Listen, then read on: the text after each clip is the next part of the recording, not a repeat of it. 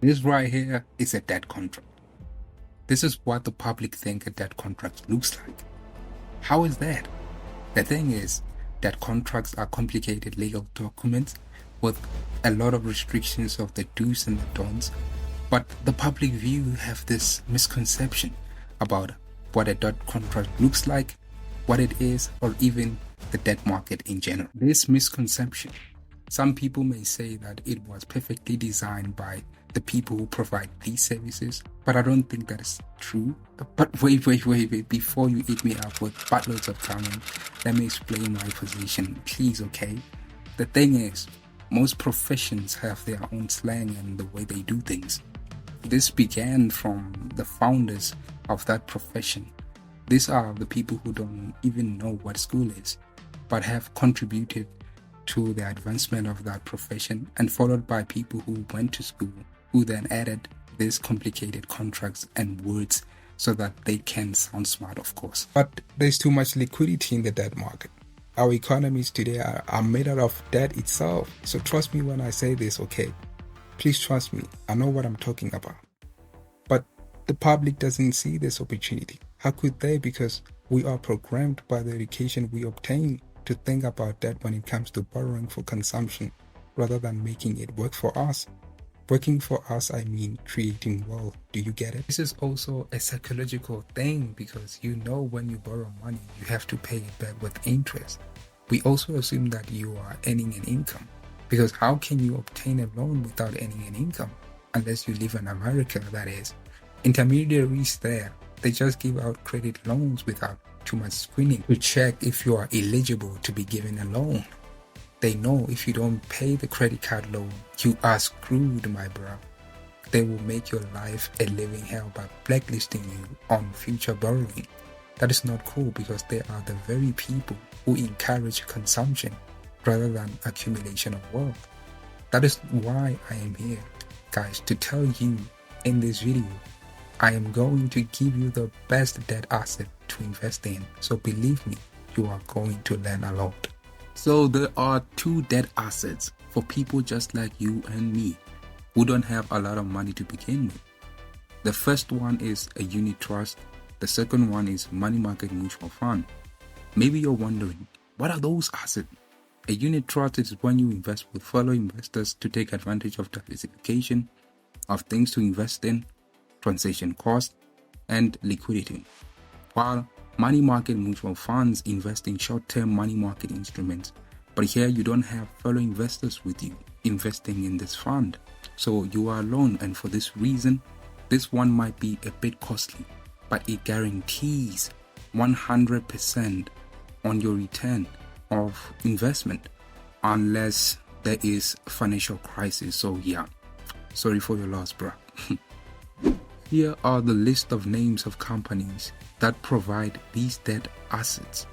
But before you invest, you have to know what the criteria is for investing in those assets in South Africa. By the way, I live in South Africa, so yeah. So these criteria are so important. So pause this video and go grab a pen and a paper and write them down. They are the cornerstone of getting your return. Do you get it?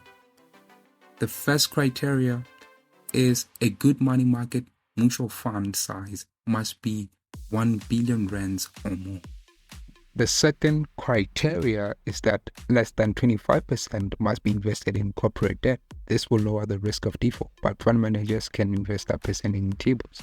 Third criteria is that invest in a company that invests in lower rating of F1. The fourth criteria is that invest in a financial company that is reputable, trustworthy, and has a large base of happy customers. The last criteria, it is that work with a financial manager who will get you a high return on your money for the lowest possible cost. This is essential.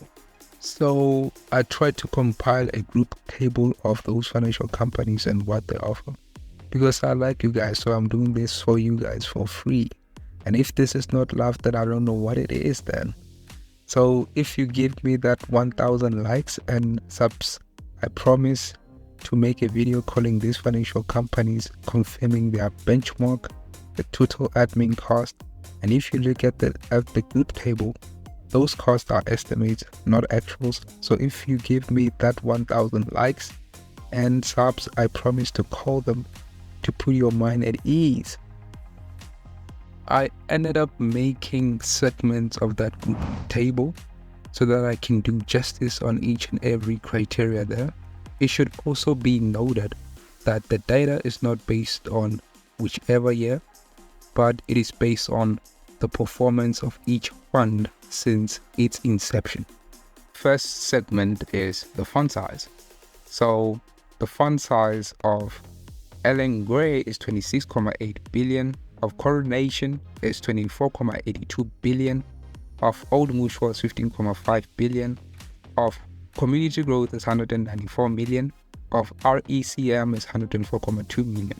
So the larger the fund size, the more liquid and the more diversified it is. Second segment is the launch date. The launch date of Old Mutual is 26 August of 1998. Of Ellen Gray is Feb 1986, being the oldest year. Of Community Growth is 1992.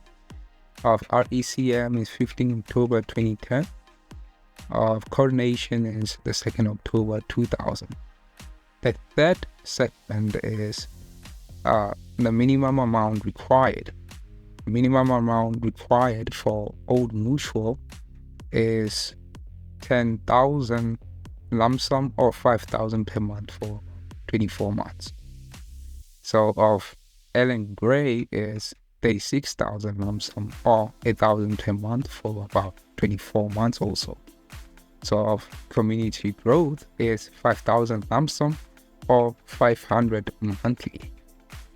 It'll also be the same as Old Mutual. Of our ECM is 100,000 lump sum only. That's expensive right there for guys like us. For Coronation is 500 lump sum or 500 per month for 10 months. The fourth segment is performance annualized for a year. For Old Mutual, its performing is 7.1%, while benchmark is 7%. Ellen Gray is 7.4%, while benchmark is 7%. Community Growth is 7.6%, while its benchmark is 3.2%. That's good. RCM is 16.7%, while benchmark is 4.9%.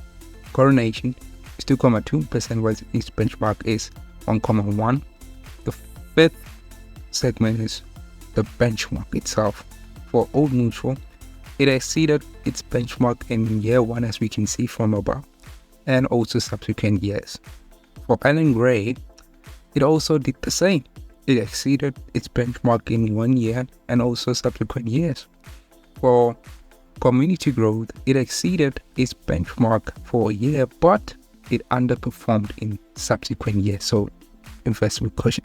For RCM, it exceeded its benchmark in 1 year and subsequent years also. Coronation, it exceeded benchmark in 1 year and overperformed slightly in the subsequent year. So please, when you want to invest, make sure that when you want to invest in Coronation or maybe Community Growth, go there with a bit of caution. You might lose your money if maybe you're trying to invest for a longer period of time. Number 6 segment is total cost by ratio. And I repeat again, these costs are not actuals but estimates. And as we can see, Coronation has the most expensive cost per annum with 90%, and the least one being Ellen Gray with 29%. And plus, they are all invested at a lower rate of F1, all of them. So that is also important. If you find that a fund isn't investing in a lower rate of F1, then I suggest that you don't invest in that fund. So guys, at the end of the day, it is up to you whether you want to take this opportunity and invest in the debt market, or you just watch this video this far for entertainment. So go and do your own further investigation. If you do this, you are smart, my bro. Actually, you are one of the 1% of people in this world who's going to cheat on the system, bruh. But someone may say, you know what, bruh? Instead of investing in a debt contract, what if I use collateral to get a loan and create wealth in that way? Bro, you are on fire, man. But the problem is, if you're living in a developing countries, chances are that house you own isn't collateralized, so you are cut off getting a loan to start a business. I am not speaking about people who are well off here. Almost 85% of land in developing countries is uncollateralized, and that is a fact, my brother. And one good habit of investing in the debt market is that you end up developing good traits, like being patient. You are going to end up having knowledge of the debt market, and that's power right there. You feel me? And the overall good trades are beneficial to you.